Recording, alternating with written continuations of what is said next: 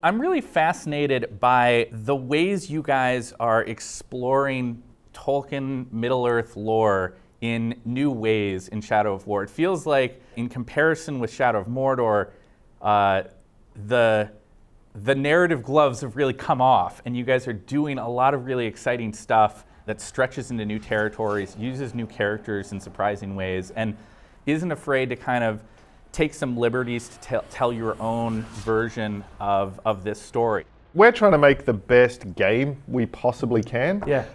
And that was something, even from the beginning, where probably one of the biggest bits of inspiration we took from the movies and Peter Jackson was him saying it wasn't just a direct reverence of the books, but an attempt to make the best movies he could. And then, so at the same time, we didn't want to make a movie game. We had to make the best game that we can. And so in trying to do that, we're looking at what are the strongest intersections between the themes and ideas that are best served in games. And games obviously deal a lot with issues of violence and power fantasies and those sort of things. So we're trying to make the best action adventure we can, but in a way that is actually very authentic to the themes of Tolkien and the Rings of Power, or a lot of the stories that were really compelling in there for us of Boromir and Saruman and Denethor and Gollum. Lord of the Rings often gets caricatured as being this kind of black and white good guys, bad guys, but it's got these incredibly rich characters living in the shades of grey. And so that was very much what we wanted to explore there. One of the biggest things you guys are doing that feels like it's a kind of a dramatic new aspect of Middle-earth fiction is the idea that there's a new Ring of Power in play. Mm-hmm. We open on the idea of this new ring has now been forged. I mean, you had to be like, can we get away with this? Can we do this? What's important about the idea that Celebrimbor and Talion have made a new ring? I think the important thing is what the ring represents to the character. Yeah. So the One Ring isn't just a ring. The One Ring is a manifestation of the spirit of Sauron, and it's him pouring his spirit into that. So a couple of ideas we were bringing together there. One of the key things in Shadow of Mordor was that Sauron had grabbed Celebrimbor, dragged him back to Mordor, and forced him to, in some ways, perfect and iterate on the One Ring. Because when Sauron forged it himself, it was just this blazing object of pure power, and it was only through them working together on that ring, as they had on the others, that the ring sort of became its own independent character, almost in some ways with an independent mind from Sauron. So the reason in The Hobbit that Bilbo can just walk straight past the necromancer in Dol Guldur carrying the One Ring, and Sauron could not even be aware of it, was simply because of the timeline of when those books were written. So it wasn't really considered as important. But being able to sort of somewhat retcon that and say, no, there was a reason for that, and it connects Sauron and Celebrimbor's relationship, Celebrimbor's relation to the One Ring. And then it's very natural for Celebrimbor, in trying to defeat Sauron, to duplicate his strategy. And he knows that Sauron's weakened because the One Ring's gone. So he's like, with Sauron weakened, I can take what I've known, I can make this One Ring, my new ring myself, and me with this ring is going to be powerful enough to defeat him. Yeah, and it's the sort of thing that, I think we have this character, we have Celebrimbor, he's the one that made the One Ring, or collaborated with Sauron to make the One Ring. It's just a great affordance that we have. And so making a new ring is not too far off. It's just sort of, he's taken everything he's learned, because he's learned from Sauron in his time in making the ring in the First War, and he's going to use what he's learned against him now in this game. One of my favorite parts, actually, of the section of the game that I saw is this conversation between Talion and Celebrimbor, where they're talking, where Celebrimbor is insistent that this time it's okay, right? He has made the perfect ring this time, and so you don't need to worry. And we're not subverting noble men anymore. We're subverting these savage orcs, so everything is fine, right? I really love that dynamic, that he really is totally convinced that it's okay this time, when really I think it's abundantly clear to the player, to the viewer at that point, that it's not. It might be fine. It might be, but it almost certainly, like, within the broader scope of things, feels like that's a terrible danger, right? That Yeah, they're playing with fire in the worst kind of way here. Right? Absolutely, it's the sort of thing that Gandalf speaks to in Fellowship. It's sort of like, the path to evil being laid with good intentions, that you might start with his intention to do good, and you have this, this powerful weapon. Boromir starts with the same intention, but it has a corrupting influence. And I think Celebrimbor probably has the hubris that okay, this doesn't have Sauron's, the stain of Sauron on it. It's just me, and I'm good. So, so everything will work out fine. Yeah. But, we learn through the course of the game that it does have its own influence, especially when you're trying to fight in Mordor against Sauron, an army of orcs. Yeah, absolutely. I want to switch gears to talk about one of the big characters that gets introduced very early on in Shadow of War, and once again, some big changes to the traditional understanding of who and what that character is, which is Shelob. Yep. What are you guys doing with this character? Why is she important? What is your vision for how she fits into this broader narrative? It's actually, it's hard to explain her in too simple a way, because she is a very nuanced character and she does have a lot of different inspirations. I'd say probably the 4 or 5 main ones is we really looked at Galadriel as being so important to the story of Lord of the Rings. And she's a framing device, and she's like this mentor, and she's an oracle for Frodo and giving him visions. I think we wanted someone who could have that same sort of relationship to our story, but at the same time, someone who would fit this context of Mordor and would fit Talion and Celebrimbor more accurately. So at a high level, we wanted a dark Galadriel for the story. Secondly, as we looked at Tolkien, something that makes these stories really feel like myths and really feel powerful is there are these recurring stories and recurring archetypes. And Sauron's very important in our story, and we went back and looked at the relationship of Ungoliant as this spirit of darkness who hungered for the light. She hungered for the Silmarils that were made by Celebrimbor's grandfather. And it's sort of, how can we retell or re-explore that story, but in the Third Age as well. So we were drawing from Galadriel, we were drawing from Melkor and Ungoliant. There's also a great character in the Silmarillion, Thurinwagel, which is really mysterious, but she's the woman of secret shadow who was related to Sauron, but not much more is said, but that seemed interesting. And then one of the things that was most successful in Shadow of Mordor was showing Sauron in another form, showing Sauron in his fair form.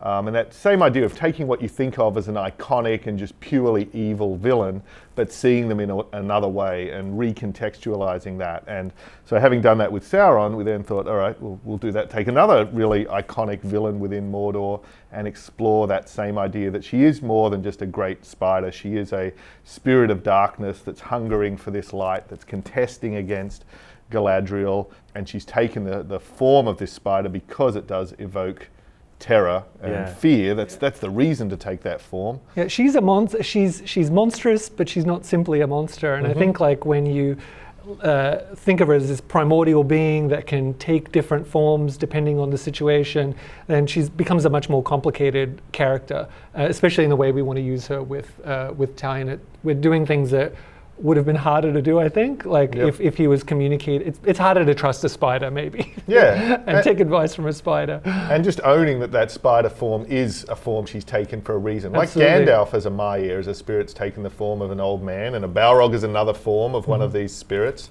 So the ability of these powerful characters to take on different forms for different effects, and just that notion of Sauron taking fair form. What does that mean, and how do we? Yeah, he used it to great effect. With the sort of the ringmakers in Eregion to achieve his aims, and he assumed many forms at different times in his life. He's kind of known for it, and so we got to also explore the sort of relationship between Sauron and Shelob, and she's a great avenue, especially through the collectibles, to learning more about Sauron. Sauron's such a mysterious figure in the books. It's just sort of, he says 3 things in the books. He's like this distant god. But with Shelob, this is a character that knew him, who was allied with him for a time, and gives us this very kind of personal and kind of complicated insights into, who he was, what he wanted, and so that's really interesting territory to explore, and which you don't get much access to it in the books and in the films. Yeah, she becomes an avenue to develop Sauron as well. Develop Sauron, right. Who also has this interesting relationship with Celebrimbor. Yeah. Right. And the other inspiration that came in as we explored those is spiders are also very often mythical archetypes for gods, and then that ties it into, they're very often tied to the idea of fate or destiny or oracles, whether it's Ariadne or Arachne or whoever. And that makes her a very interesting mirror and substitute to Galadriel as well. And then coming back to that earlier discussion about Gollum, and there's a really interesting line that Gollum actually worships Shelob. She has this awareness, and she is more than just a big spider. And then exploring, well, what does that look like? And does that actually help us make sense of the fact that actually it is Gollum that ends up saving the day, that Gandalf and Galadriel's plan to send those hobbits in ultimately would have been flawed without this other little hobbit that worshipped Shelob. I mean, you guys are playing around with that idea a little bit, right? That Shelob has a sort of awareness of the paths of destiny and the different ways things can go, and she's manipulating that. Yep. Right. Yeah, I mean, she's reading it too. Yeah. In some ways, I think people see the spider form of Shelob as this kind of war form. This is powerful, monstrous form that she takes on. But I think one of the ways we're looking at it is that it's a way in which she explores the web of fate, all these different possibilities of futures that could be or could not be. She can see, and I don't think she's absolutely certain of which one will occur, but she is able to read it, and that's the counsel that she gives to Talion. These are futures that I've seen. These are futures that you may be a part of. And I think, part of her identity, which is, she's absolutely a villain, but we wanted to show something in contrast with that in a way, Gandalf and Galadriel do kind of deceive the hobbits about their chances or what might happen. It's more than a little misleading, whereas Shelob is scrupulously honest. She might be very selective on the truth that she uses, but it's always the truth. A first read or a first look at Lord of the Rings suggests that Shelob is almost just this like minion of Sauron, and you guys are looking at it at a much more sort of complex equation there. That's not exactly what's going on here. That Shelob has her own motivations, her own goals that are different. He calls her his cat, which is actually really interesting if you look at some of the history of how Sauron got developed, for example, in Beren and Luthien that just got published. Yeah. He's a big cat. Interesting. He was the Prince of Cats once. Yeah. Let's talk about another big arena that you guys are dealing with in some important ways in this game is the ring wraiths, these iconic villains within the fiction. And you guys are doing a lot of stuff to flesh those out, and in ways that I think are going to be quite surprising in some instances to fans of the storyline. Talk to me a little bit about making the ring wraiths individuals, right, and connecting them to actual characters within the fiction. In other cases, making your own individuals, and then how that leads to the ring wraiths we eventually see in the Lord of the Rings, which are these sort of almost this monolithic, anonymous group. That's something you've accounted for, right? Yep. Well, so little is known in the lore about who these men were. You know, Gandalf refers to them. They were kings of men. Yes. And I think there's some suggestion that one of them might have been Ar-Pharazôn. But in order to explore, they're characters. They're important characters in our story, and they are these. You can see them in one dimension as these sort of faceless soldiers of Sauron. But looking at, they're all kind of. They all had a fall. These were all men who were tempted by the ring for different reasons, whether it's like lust for power or greed or desire for revenge.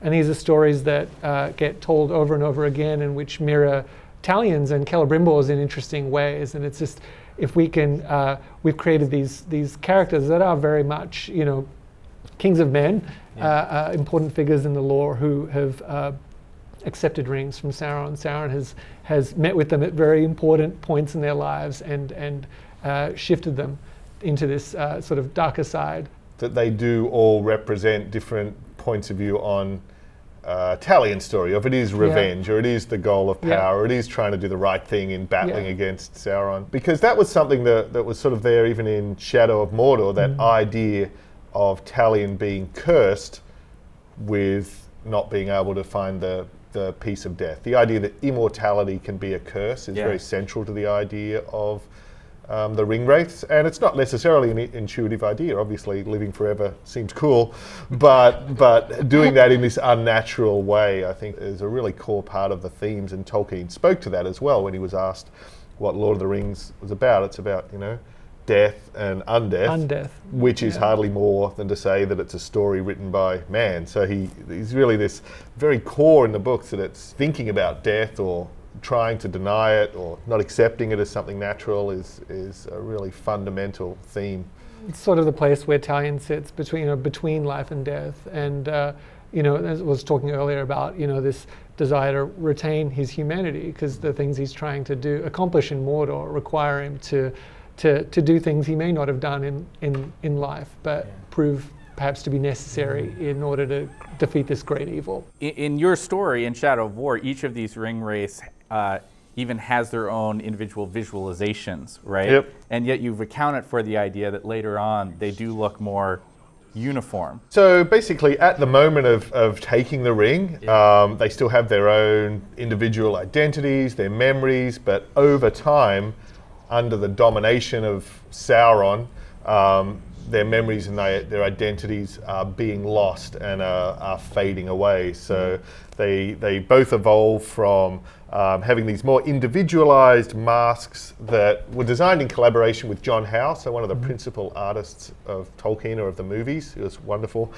But then as they evolve, the masks progressively become more anonymous and just mask their entire faces. They don't need their eyes because they're seeing in the wraith world and into the unseen world. And then ultimately, by the time we get to Lord of the Rings, even the masks are gone and they're just completely empty and hollow. They're just completely effaced. Just sort of, there's nothing, like with Witch King especially, there is nothing left. Right. Some of those individual names of the ring wraiths, as you guys are interpreting those characters, are characters that are really important within the broader Middle-earth storyline. In particular, I know we've had a chance to see both Helm and Isildur, who you're basically making the case for the idea that, he's one of these guys. Tell me about those two individuals and how you decided to draw them into this other part of the mythology of being connected to the ring wraiths. Helm Hammerhand in particular, because his story, as it's told, is very much about revenge. So there was a very close kind of mirror to Talion's story. Isildur, which we debated a lot about whether to reveal or not, or talk about or not, but his story was just so interesting because he had defeated Sauron, cut the One Ring from his finger, worn the One Ring as well. So he'd really been touched and affected by that.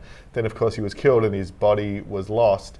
And that idea of him being brought back from death and actually effectively reincarnated and enslaved as one of the Nazgul, again, had some very interesting parallels to Talion's death and Celebrimbor bringing him back, and those two uniting to challenge Sauron. So from the lore point of view of him having defeated Sauron, wielded the One Ring, and Sauron is also not immune to the goal of vengeance as well. So I thought Sauron would have taken that pretty personally. Absolutely. To want to go after him. Yeah, and it just shows you again that there are fates far worse than death in Mordor. Yeah, it's a pretty creepy new twist on the story of Isildur, right? Like an even darker finale to what we're saying happened to this guy, right? And that was one where it was really fun to, go through in detail and reread Lord of the Rings and just get that little nugget out of there that his body was never found. Right. So being able to sort of build from that mystery. One of the characters that I really am intrigued by is Tauriel. She's a created character. You guys are kind of introducing her into the lore, but she has some important ties to existing characters like Galadriel, and she also has this this really compelling tragedy about her of like what her work has been potentially for what, hundreds, even thousands of years. Who is this character and what is she all about? Well, Tauriel is, in some ways we think of her as this sort of dark elf. She's been sent on this mission to Mordor to take care of the Nazguls. It's sort of a task that maybe Galadriel would only ask of her. She's been doing this for a long time, and she knows that she has to do it over and over again. By the time she meets Talion, she knows the story of like what happens to men who wear these rings and this sort of state of undeath that they're kind of cursed into. She is able to advise Talion in some ways on the fate of wearing the rings, and she's able to help him through the course of the game. But we have an interesting relationship that gets formed, I think. In the first instance, Talion can see that they're on the same side, whereas Celebrimbor is suspicious. And you get the sense that Tauriel has heard stories about Celebrimbor. He's responsible for the forging of the rings, and that Galadriel may have, I think he's probably famous among the elves for this. And when she learns that a new ring has been fashioned, this just raises the stakes in many ways. That this will come to no end, and she'll do what's necessary if it comes to it. Yeah, it's really interesting, her relationship to both Talion and Celebrimbor, because of course Celebrimbor forged the ring that Galadriel is wearing, that is free from Sauron's influence. So there is some credibility to his story that he can do this and forge these rings and challenge the Dark Lord. So Tauriel's in a very sort of conflicted position as well in her relationship to Celebrimbor as well, because if he is right, then this war she's been fighting unendingly and relentlessly for thousands of years, could have an end state too. Yeah. I think that's what she's tempted by. It is this sort of uneasy alliance that she finds herself in. Fighting among the orcs and finding that Celebrimbor and Talion are willing to do things. Kind of sort of forge an army of orcs that might seem scandalous, or just sort of will ultimately end in failure. But it's an interesting story. Yeah, we should have sent her out to hit Saruman. It would be the ideal thing. Yeah. It probably would have been a better move, actually. Strategically, exactly. Galadriel should have really sent her assassin directly after Saruman. Put this person to better use. This thankless task of killing Nazgul over and over again. Speaking for myself and what I saw, it really seems like you're doing things with the lore that and with the storytelling that aren't afraid to take some chances and surprise people. And that's saying a lot for a story that is as old as it is. And I hope people can approach it with that understanding that you guys are trying to do something with the game that is different from what the movies did, is different from what the books did, and tell your own variation on this story, because there's certainly some like pretty crazy stuff that you guys are introducing the threads of, and I'm eager to see where it all kind of pans out with Shelob and Talion and Sauron and all these great characters. Thank you. Thank you. Thanks.